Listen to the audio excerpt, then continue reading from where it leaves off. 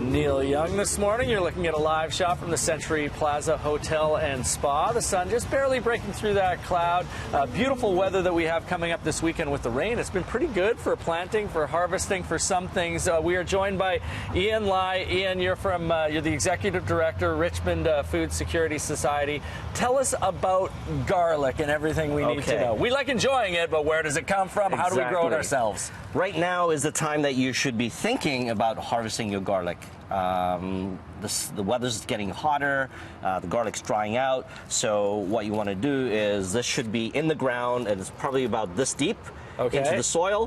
When you harvest it, dig around the garlic. Don't just take it and pull it out because you'll snap it. Oh, really? Yes. You definitely don't want to crack any of that beautiful white paper around there. And once you harvest it, do not, let me reiterate, do not spray it with water.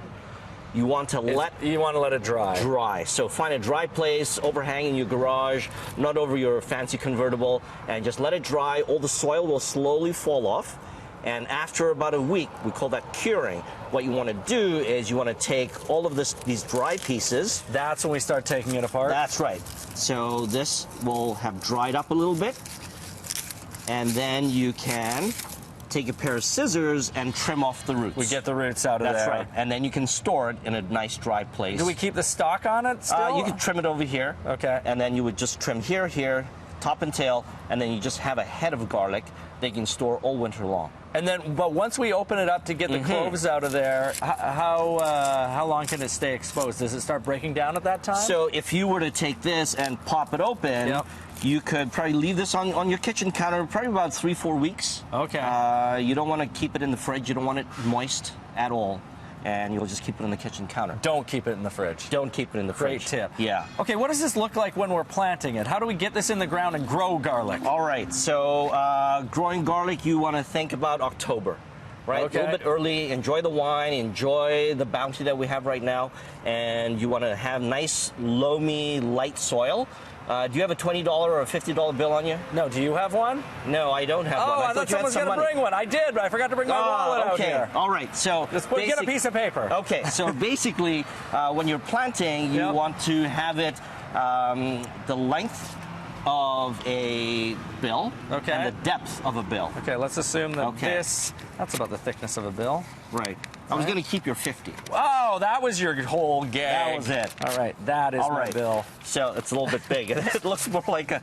All right. It depends what country you live in. The bills are different size. So basically, if this were the soil, you would think that spacing is about that much. Okay. So you would set up your garden, and I use flour, bread flour, and I just kind of mark it.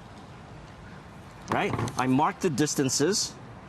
So it gives you an eyeball. That's the separation, is the length of the bill. That's right. And then the depth is you just take your thumb and you jam it in.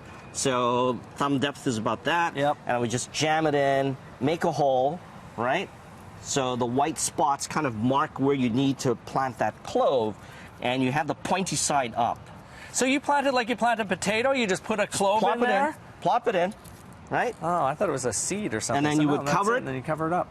That's it. Okay, what do we have right here? We're running out of time, but I want to talk about the food that we have garlic that's been cooked in olive oil.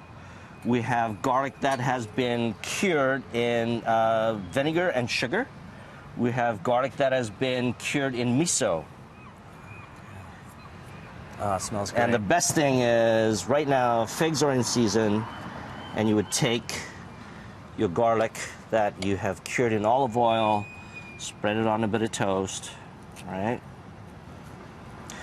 Take a beautiful slice of fig, take a beautiful piece of brie. Oh yeah, that's looking great. There we go. All right. There we are. All right. Enjoy the garlic. That looks great, Ian. Yeah. Perfect. Very good. Thank you so much for sharing all your knowledge on garlic. You're welcome. Stay with us. Coming up, Ent City looks into TIFF, a TIFF preview.